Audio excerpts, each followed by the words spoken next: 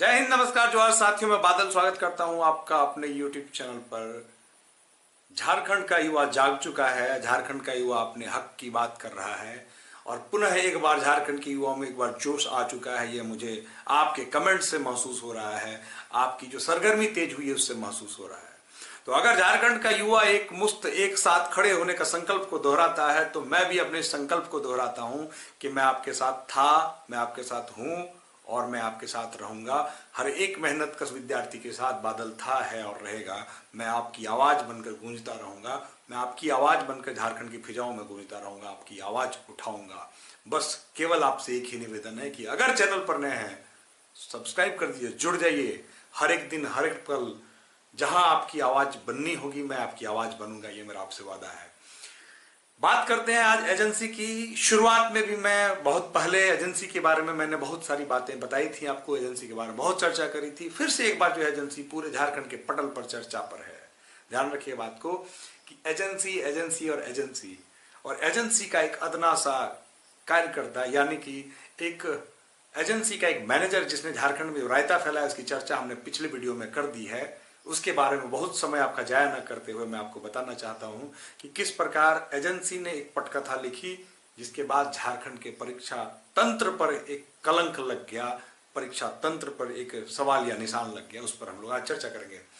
बहुत सारे विद्यार्थी जो है कमेंट करके पूछ रहे हैं कि क्या सर जेएसएससी सीजीएल की परीक्षा रद्द हो जाएगी, क्या एक बार पुनः से जो है सारी चीजें वो खत्म कर दी जाएंगी, क्या जेपीएससी की जो ये परीक्षा हुई इसको रद्द कर दिया जाएगा, वन विभाग की जो परीक्षा हुई उसको रद्द कर दिया जाएगा। तमाम बहुत सारे सवाल हैं, बहुत सारे लोग क्वेरीज हैं, पर्सनली फोन करके मैसेज करके और कमेंट्स के माध्यम से पूछ रहे हैं। इन सारे बिंदुओं पर मैं चर्चा करूंगा। सबसे पहले आज के चर्चा का ध्येय जो है वो एजेंसी है कि किस प्रकार से एक एजेंसी ने झारखंड के विद्यार्थियों का किस्मत खराब कर दिया है, खासकर वैसे विद्यार्थियों का जो दिन रात परिश्रम करके मेहनत करके पढ़ रहे थे। तो देखिए, झारखंड में एक एजेंसी का पदार्पण होता है। जेएसएससी को जरूरत पड़ती है एजेंसी की, चूंकि परीक्षा को आयोजन कराने के लिए एजेंसी की जरूरत पड़ती है। तो जेएसएससी ने भी जो उसके लिए 10 जनवरी 2024 को जो है उन्होंने टेंडर जारी किया कि हमें एजेंसी की जरूरत है जो हमारे यहाँ बायोमेट्रिक्स और अटेंडेंस वगैरह करा सके। और इस जो ये टेंडर जारी किया इसमें रुचि दिखाई टीडीपीएल कंपनी ने और साथ में अन्य कई कंपनियों ने। लेकिन 28 जून 2024 को टीडीपीएल के साथ जेएसएससी का बायोमेट्रिक और अटेंडेंस का करार हो जाता है। यहां से शुरू होता है खेल, और जिस खेल की आज भी चर्चा हो रही है।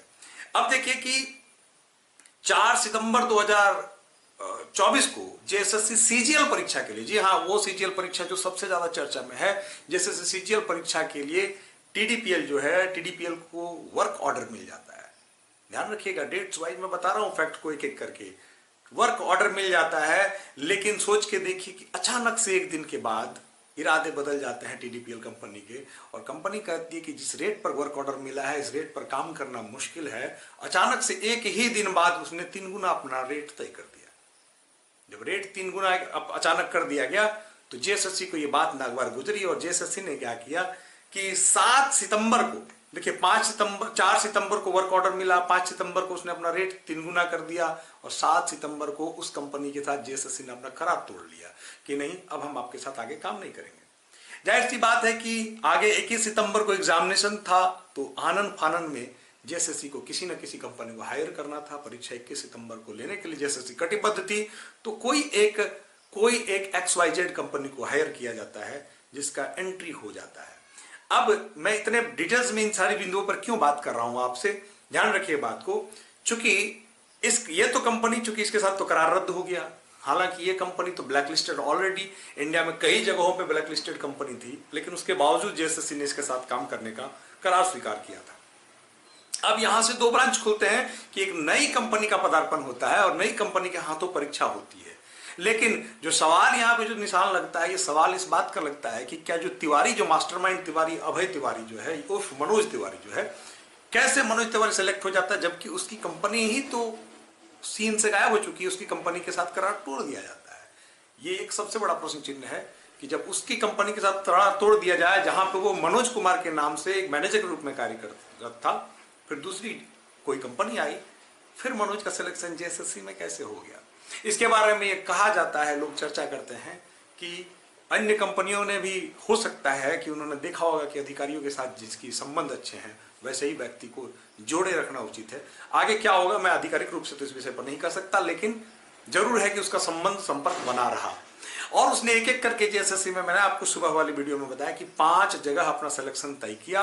और ये 5 जगह सिलेक्शन क्यों करवाया उसने? क्योंकि वो धौंस जमाना चाहता था, वो लोगों को दिखाता था कि देखो मैं जहां चाहता हूं, जिस एग्जाम में बैठता हूं वहां मेरा सिलेक्शन हो सकता है, तो मैं आपका भी सिलेक्शन करवा सकता हूं।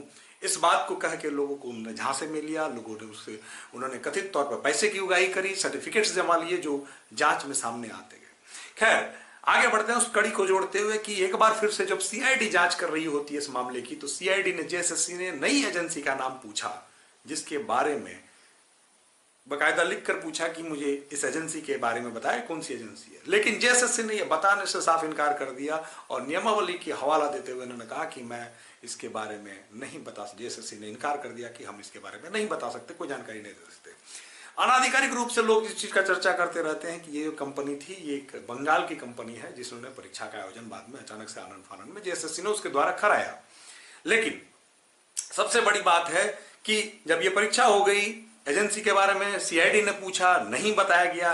उसके बाद 20 मई 2025 को जेएसएससी ने क्या किया कि वो जेएसएससी से चूंकि अचानक से उसने धोखा दिया था, तो 20 मई 2025 को ब्लैकलिस्टेड कर दिया टीडीपीएल कंपनी को। जी हाँ, उसी टीडीपीएल कंपनी में जिसमें मनोज कुमार उर्फ अभय तिवारी जो है कार्यरत था मैनेजर के रूप में, लेकिन उसके साथ करार टूट चुका था, सीजीएल की परीक्षा उसके साथ नहीं हुई थी। ध्यान रखें बात को। ये सारी बातें मैं जो आपको बता रहा हूं ये कहीं ना कहीं अखबार के स्रोत से मिले हैं, कहीं ना कहीं तमाम जो मीडिया के चैनल्स हैं उन पे जो चर्चा हुई है उसके माध्यम से मैं आपको जानकारी आप तक लेके आ रहा हूं, और हमें भी जो इनपुट्स मिलते हैं उसके आधार पर मैं आपको बात बता रहा हूं। तो अब जब करार टूट गया उसके बाद मनोज कुमार की कंपनी के साथ करार टूट गया, मनोज सेलेक्ट कैसे हो गया? ध्यान रखिएगा बात को। जिस टीडीपीएल कंपनी जो रेस से बाहर हो गई थी वही टीडीपीएल के माध्यम से, टीडीपीएल के आज सीआईडी का छापा पड़ा है। ध्यान रखिएगा टीडीपीएल पर छापा पड़ा है, जेपीएससी के चेयरमैन पे घर पर छापा पड़ा है, और लगातार कई पदाधिकारी निशाने पर हैं। कई पदाधिकारियों के ऐसा पता जा रहा है कि सूचना ऐसी मिल रही है कि कई पदाधिकारियों के यहाँ से कुछ ऐसे वांछनीय डॉक्यूमेंट्स मिले हैं जिससे जांच की आगे लीड्स आगे बढ़ सकती है। लेकिन अब आगे देखते जाना होगा कि आगे क्या हो सकता है। खैर मैं वापस लौटता हूं उस सवाल पर जहां पे छात्रों ने बार बार पूछा कि क्या जेएसएससी सीजीएल की परीक्षा रद्द हो सकती है। तो मैं आपको बता दूं कि अभी इस पर कुछ भी कहना अतिशयोक्ति होगी या कुछ भी कहना अनुचित होगा, क्योंकि जांच की कड़ी आगे बढ़ रही है। लेकिन धैर्य रखिए, क्योंकि जेपीएससी की परीक्षा की जो आपकी मांग है कि जेपीएससी की परीक्षा को रद्द करा दिया जाए, मैं मांग करता हूं मुख्यमंत्री से, आदरणीय मुख्यमंत्री से, कि अब आपके पास एक अच्छा अवसर है झारखंड के विद्यार्थियों का विश्वास जीतने का। तो इस परीक्षा को नए एकदम बिल्कुल से खारिज कर दिया जाए और नए सिरे से परीक्षा हो, तमाम एजेंसियों की जांच परख के बाद हो। रही बात जेएसएससी सीजीएल की, तो इस पर देखिए ये तो भविष्य के गर्त में है, बहुत सारी चीजें आनी बाकी हैं। इस पर टिप्पणी करना अभी अनाधिकारिक हो जाएगा, ये उचित नहीं है। लेकिन ध्यान रखिएगा जांच की परत दर परत जांच खुलती जा रही है, नई नई चीजें आ रही हैं। शुरुआत हुई थी जेपीएससी से, बात पहुंच गई है जेएसएससी तक। ध्यान रखिएगा आगे बात कहीं भी जा सकती है, इसलिए वेट एंड वॉच की स्थिति है। फिलहाल जुड़े रहिए चैनल पर। अगर आप चैनल पर नए हैं तो सब्सक्राइब कर दीजिए, वीडियो आपको अच्छा लगा तो वीडियो को शेयर कर दीजिए, क्योंकि मैंने फिर से आपके सामने अपना संकल्प दोहराया है कि मैं आपके हक की आवाज, आपकी बात को उठाने के लिए मैं तब भी तत्पर था, आज भी हूं और आगे भी रहूंगा। तमाम जो भी झारखंड के विद्यार्थी हैं, आप सबसे मेरा एक निवेदन होगा कि आज देश में आपने देखा कि जो माहौल है ये गोलबंद का माहौल है, सारे विद्यार्थी एक हो गए हैं और सबने अपने हक की आवाज उठाई है। पुनः मैं झारखंड के भी विद्यार्थियों से ये निवेदन करना चाहता हूं कि अगर आपको लगता है, किस लिए मैं कह रहा हूं कि कहीं भी कोई शिक्षक, कोई यूट्यूबर आपके साथ तभी आएगा जब आप आगे आएंगे। जब भी आपको लगे कि आपके साथ अन्याय हो रहा है, अत्याचार हो रहा है, आपको गोलबंद होना चाहिए, अपनी आवाज को संवैधानिक तरीके से रखनी चाहिए, किसी प्रकार के असंवैधानिक मार्ग को न अपनाते हुए अपने हक की बात, अपने हित की बात को आप रख सकते हैं। इसका अधिकार आपको संविधान भी देता है, लेकिन मर्यादित तरीके से इस बात को रखना है। ध्यान रहे, आप जागृत रहेंगे तो आपका सब साथ देंगे, आप सो जाएंगे तो सब आपका साथ छोड़ देंगे।